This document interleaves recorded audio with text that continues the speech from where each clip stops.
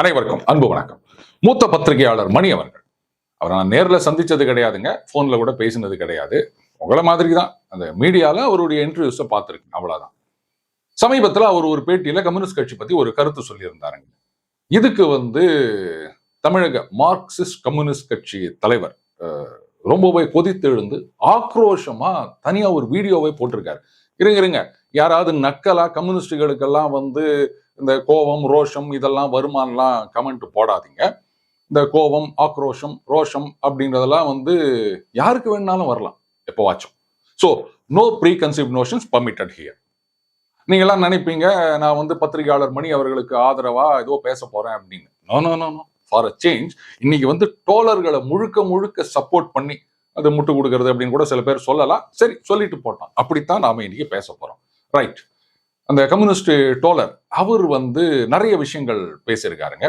எல்லாத்தையும் நம்ம பார்க்க முடியாது, முக்கியமான சில விஷயங்களை மட்டும் பேசலாம் அப்படின்னு. முதல்ல மணி அவர்கள் என்ன சொன்னார்?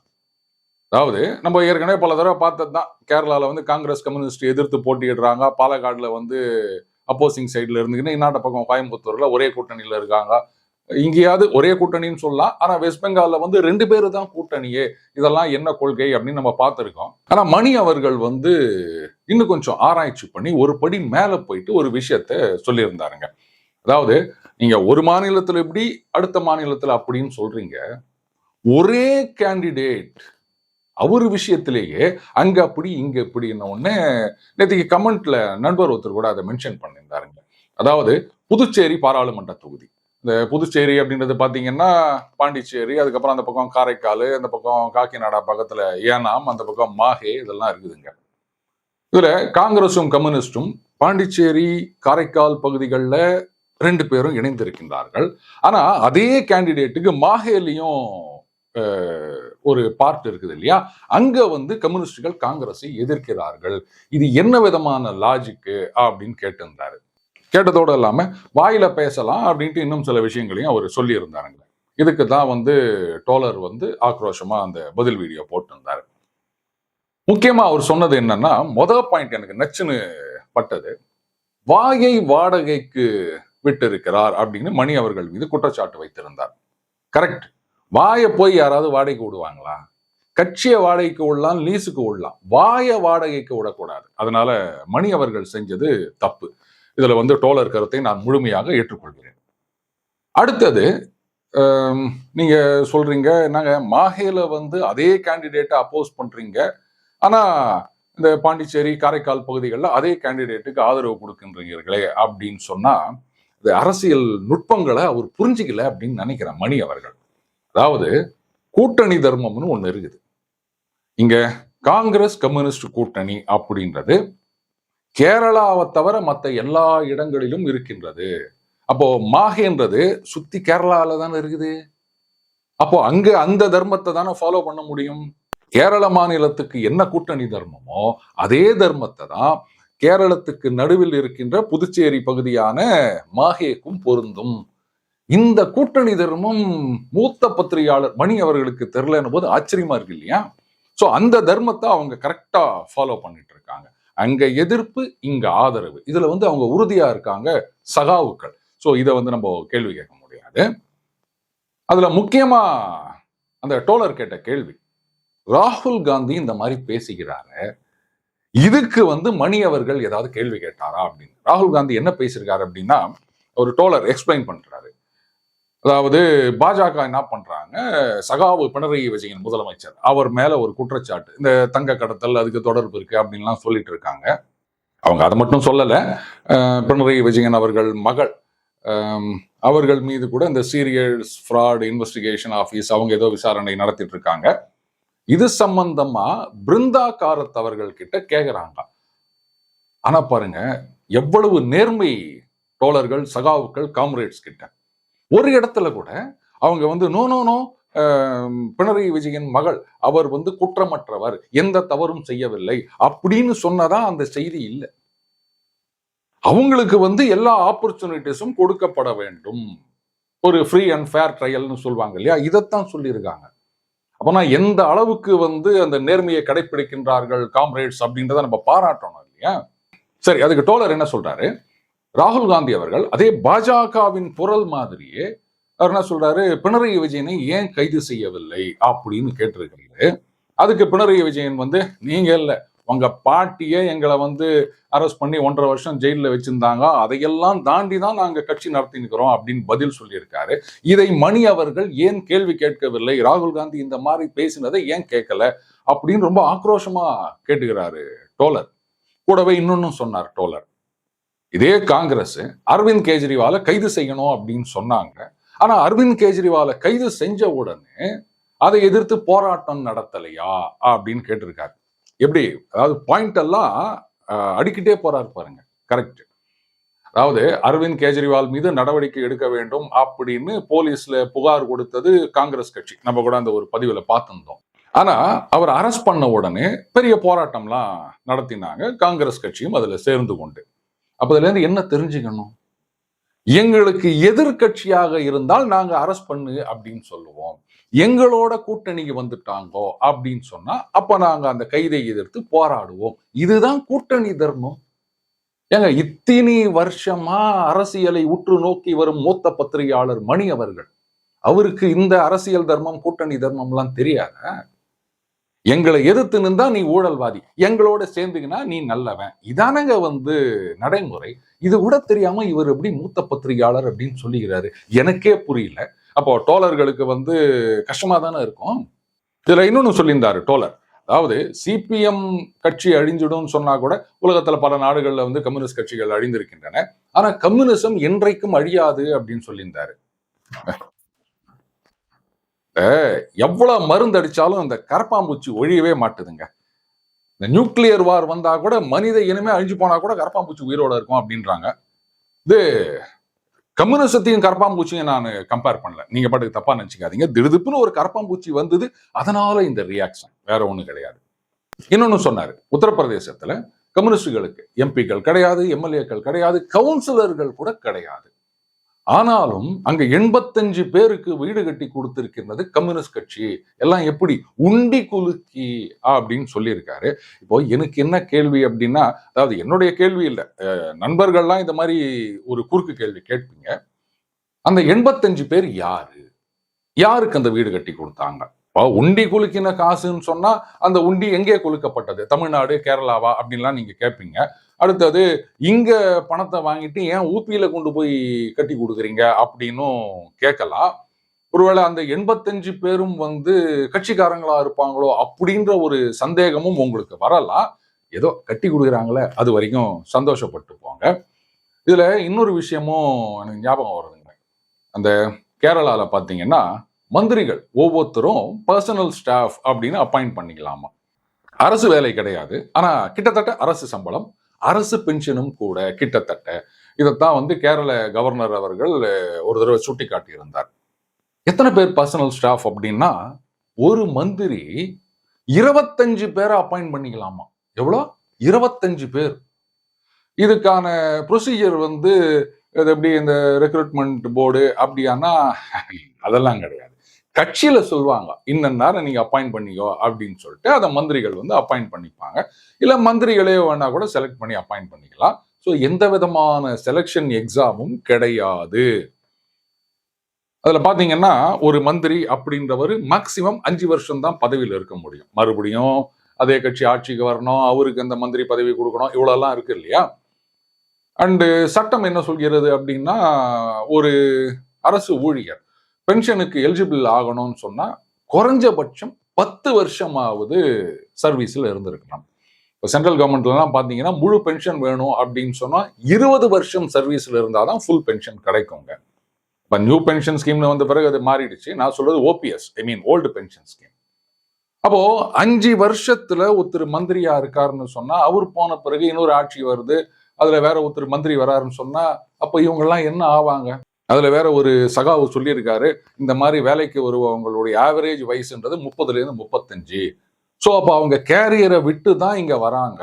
அப்ப 5 வருஷம் கழிச்சு அவங்கள வெளில அனுப்பிச்சிட்டா என்ன பண்றது? அதுக்காகத்தான் பாத்தீங்கன்னா ஒரு சூப்பர் திட்டம் வச்சுக்கிறாங்க. 2 வருஷம் அவங்க சர்வீஸ்ல இருந்தா போதும், they are eligible for pension, life long pension. நல்லா இருக்குல்ல இந்த ஸ்கீம். ஸோ இதைத்தான் கவர்னர் என்ன சொல்லியிருந்தாருன்னா 2.5 வருஷம் ஒரு செட் ஆஃப் பீப்புள் வேலைக்கு வச்சுக்கிறாங்க. 2.5 வருஷம் முடிஞ்ச உடனே அவங்கள அனுப்பிச்சிட்டு இன்னொரு செட்டு கொண்டு வந்து வச்சுக்கிறாங்க. அப்போ இவங்களுக்கு வந்து லைஃப் லாங் பென்ஷன். இப்படி எத்தனை கோடிகள் செலவு பண்ணினுக்கிறாங்க. எங்க கிட்ட காசே இல்லை, கடன் வாங்கணும், அதுக்கு வந்து பர்மிஷன் கொடுங்கன்னு கோர்ட்டுக்கெல்லாம் போயிருக்காங்க. கஷ்டப்பட்டு வேலை செய்கின்ற ஒரு அரசு ஊழியர் 20 வருஷம் வேலை செஞ்சாதான் அவருக்கு ஃபுல் பென்ஷன், அதுவும் ஓல்டு பென்ஷன் ஸ்கீம்ல. அப்படி இருக்கச்ச இந்த மாதிரி 2 வருஷம் 2.5 வருஷத்துல போறவங்களுக்கு எல்லாம் ஃபுல் பென்ஷன் கொடுக்கலாமா அப்படின்னு கேட்டிருந்தாருங்க. இதுக்கும் நிறைய பேர் வந்து ஆமா இது வந்து சரியான்னு கேட்டிருந்தாங்க. நாம கூட இதை பத்தி டிஸ்கஸ் பண்ணியிருந்தோம். ஆனா சமீபத்துல இன்னொரு பேட்டி, அதுல இந்த கம்யூனிஸ்ட் கட்சி சகாவு ஒருத்தர் சொன்னதை பார்க்கும்போதுதான் எனக்கு புரிஞ்சுது. ரொம்ப அழகா சொல்றாரு. பாருங்க, அங்க வராங்கல்ல அவங்கெல்லாம் டெடிகேட்டடா வேலை பார்க்கறாங்க. ஒரு நாளைக்கு 14 மணி நேரம் 15 மணி நேரம் ஆனா கூட அவங்க வேலை பார்க்கறாங்க. 5 மணிக்கு அவங்க பாட்டுக்கு கிளம்பி வீட்டுக்கு போறது கிடையாது. நல்ல பாயிண்ட் இல்ல? அதாவது என்ன சொல்ல வர்றாரு, அரசு ஊழியர்கள் அப்படின்னு வந்தாச்சுன்னா அவங்க எல்லாம் வந்து 5 மணிக்கு வீட்டுக்கு கிளம்பி போயிடுவாங்க. ஒரு நாளைக்கு 14 ஹவர்ஸ் 15 ஹவர்ஸ் எல்லாம் டெடிகேட்டடா ஒர்க் பண்ண மாட்டாங்க அப்படின்னு நான் சொல்லல. தொழிலாளர்களுக்காகவே போராடுகின்ற கம்யூனிஸ்ட் கட்சி நேதாவு அவர் சொல்லியிருக்கார். இப்ப புரியுதுங்களா? எதுக்காக வந்து ரெக்ரூட்மெண்ட் போர்டு மூலமா அரசு ஊழியர்களை செலக்ட் பண்ணி அங்க அப்பாயிண்ட் பண்ணாம இந்த கட்சிக்காரங்களை வந்து ஏன் கொண்டு வராங்கன்னு. கட்சிக்காக அப்படியே உடல் பொருள் ஆவி அனைத்தையும் தியாகம் செய்து அவர்கள் வேலை செய்கின்றார்கள். அதனால 20 வருஷத்துல செய்ய வேண்டிய வேலையை கிட்டத்தட்ட 2.5 வருஷத்திலேயே அவங்க செஞ்சு முடிச்சிடுறாங்க. அதனால தான் அவங்களுக்கு லைஃப் லாங் பென்ஷன். இதை போய் நீங்க கேள்வி கேட்டுக்கிறீங்களே, நியாயமா? உங்களுக்கு ஞாபகம் இருக்கும்னு நினைக்கிறேன், 2016 தேர்தல் காலகட்டத்தில் தமிழகத்தில் ஒரு கம்யூனிஸ்ட் கட்சி தலைவருக்கு எதிராக ஒரு பேங்க்ல இருந்து ஜப்தி நடவடிக்கை அப்படின்னு ஆரம்பிச்சாங்க. அப்ப அந்த தலைவர் கூட பேட்டி கொடுத்திருந்தாரு. அதுல என்ன சொல்லியிருந்தாருன்னா, பசங்க எஜுகேஷன் லோன் வாங்கியிருந்தாங்க, அது வந்து 3 மாசத்துக்கு மேல டியூ கட்டல போல இருக்கு, அதனால ஜப்தி நடவடிக்கை. எனக்கே இந்த மாதிரி ஒரு நடவடிக்கையா அப்படின்னு சொல்லியிருந்தாரு. இதுல கேள்வி என்னன்னா, சரி எஜுகேஷன் லோன் எடுத்தாங்க, படிச்சு முடிச்சுட்டாங்க. ஏன்னா படிச்சு முடிச்ச பிறகுதான் வந்து அந்த லோன் ரீபேமெண்ட் அப்படின்றதே ஸ்டார்ட் ஆகும். அவங்க வேலைக்கு போறாங்களா இல்ல வேலை இல்லாம இருக்காங்களா, இதுதான் கேள்வி. நான் கேள்விப்பட்டது என்னன்னா, ஒரு பன்னாட்டு நிறுவனத்துல, அதுவும் வெளிநாட்டுலன்ற மாதிரி ஞாபகம், வேலை செஞ்சுட்டு இருக்காங்க அப்படின்னு. நீங்க எல்லாம் உடனே கேள்வி கேட்காதீங்க. எப்படி சார் இவங்கெல்லாம் வந்து கம்யூனிஸ்டுகள் காம்ரேட்ஸ் அப்படின்னு சொல்லிக்கின்னு பல கம்யூனிஸ்ட் தலைவர்களுடைய வாரிசுகள் இவங்கெல்லாம் வந்து இந்த முதலாளித்துவ நாடுகள் அங்க போய் படிக்கிறாங்க, அங்க வேலை செய்யறாங்க, அதுக்கப்புறம் அந்த பன்னாட்டு நிறுவனங்கள்ல கூட வேலை செய்யறாங்க, இதெல்லாம் ஏற்புடையதா அப்படின்லாம் கேட்கக்கூடாது. இதுல நம்ம சகாவு பினராயி விஜயன் இருக்காரு, இந்த கேரளாவுடைய ஹெல்த் மாடல் அப்படின்னு பெருசா பேசுறாங்க. ஆனா அவர் வந்து ஏதோ மருத்துவ சிகிச்சைன்னு அமெரிக்கா போனதான் ஞாபகம். உங்களுக்கு ஞாபகம் வருதா? கரெக்ட். ஏங்க கியூபா தான் வந்து மருத்துவத்துறையில் முன்னேறி இருக்கின்றது, அமெரிக்காவுக்கே நர்ஸ் அனுப்புறாங்க அப்படின்லாம் சொல்றாங்க, நீங்க ஏன் கியூபாக்கு போகக்கூடாது இல்ல சீனாக்கு போகக்கூடாது அப்படின்லாம் சில பேர் கேள்வி கேட்கலாம். இந்த அமெரிக்காவில் போய் படிக்கிறது இல்ல பன்னாட்டு நிறுவனங்கள்ல வேலை செய்யறது, இதுக்கு பின்னாடி எல்லாம் ஒரு நோக்கம் இருக்கின்றது, நீங்க அதை புரிஞ்சுக்கணும். பன்னாட்டு நிறுவனங்கள்ல நம்ம காம்ரேட்ஸ் சகாவுக்கள் இவங்கெல்லாம் ஊடுருவும் போதுதான் அவங்க என்ன மாதிரி எல்லாம் தொழில் செய்யறாங்க அப்படின்ற ரகசியத்தெல்லாம் நம்ம கத்துக்க முடியும். இப்ப புரியுதுங்களா? அமெரிக்கால வந்து இப்போ அந்த மாதிரி அவ்வளவு ரெஸ்ட்ரிக்ஷன்ஸ் கிடையாது. ஒரு காலத்துல பாத்தீங்கன்னா கம்யூனிஸ்ட் நாடுகள்ல இருந்து மாணவர்கள் வந்து படிச்சாங்க அப்படின்னு சொன்னா அவங்கள சுகுரா வாட்ச் பண்ணிட்டு இருப்பாங்க. இங்க ஏதாவது ஸ்பையிங் ஆக்டிவிட்டிஸ்ல ஈடுபடுகின்றார்களா இல்ல இங்கிருந்து ஏதாவது ரகசியத்தை கடத்துகின்றார்களா அப்படின்னு. இதுல டோலர் இன்னொன்னு சொல்லியிருந்தாரு அந்த வீடியோல, அதாவது இவங்க கொடுக்குற அந்த எம்எல்ஏ சீட்டு எம்பி சீட்டு இல்லைன்னா கம்யூனிஸ்ட் கட்சியை வைப்போட் ஆயிரும் அப்படின்ற மாதிரி சொல்லியிருந்தாரு. எங்களுக்கு இதெல்லாம் முக்கியம் இல்ல, மக்கள் நலன் தான் முக்கியம் அப்படின்னு சொல்லியிருந்தாரு. கரெக்ட். எந்த மக்கள்? இது நம்ம நாட்டு மக்கள் தான். மணி அவர்கள் சுலபமா சொல்லிடுவாரு இந்த சீட்டுக்காக இது மாதிரி பண்ணணுமா அப்படின்னு. இதுல இங்கேயே கம்யூனிஸ்ட் தலைவர் ஒருத்தர் பேசியிருந்தாரு, இந்த ஊழல் இதை பார்த்துலாம் வந்து மக்கள் ஓட்டு போடுவதில்லை அப்படின்னு. ஸோ ஊழலையே வந்து ஜஸ்டிஃபை பண்ற அளவுக்கு நம்ம டோலர்ஸ் போயிருக்காங்க அப்படின்னா ஒரே காரணம் என்ன? மக்கள் நலன். ஏன்னா இந்த மாதிரிலாம் வந்து ஊழலுக்கு முட்டு கொடுத்தா மட்டும்தான், கூட்டணி தர்மம் அப்படின்ற பேர்ல ஊழலாம் கண்டுக்காம அப்படியே அவங்கள சப்போர்ட் பண்ணிட்டா இருந்தா மட்டும்தான் சீட்டு கொடுப்பாங்க, நோட்டு கொடுப்பாங்க, ஓட்டு கொடுப்பாங்க. இதெல்லாம் இருந்தா தானங்க கட்சி இருக்க முடியும். கட்சி இருந்தாதான் பதவிக்கு வர முடியும். பதவிக்கு வந்தாதான் நாங்க மக்கள் நலனுக்காக உழைக்க முடியும். மணி அவர்கள் சுலபமா சொல்லிடுவாரு.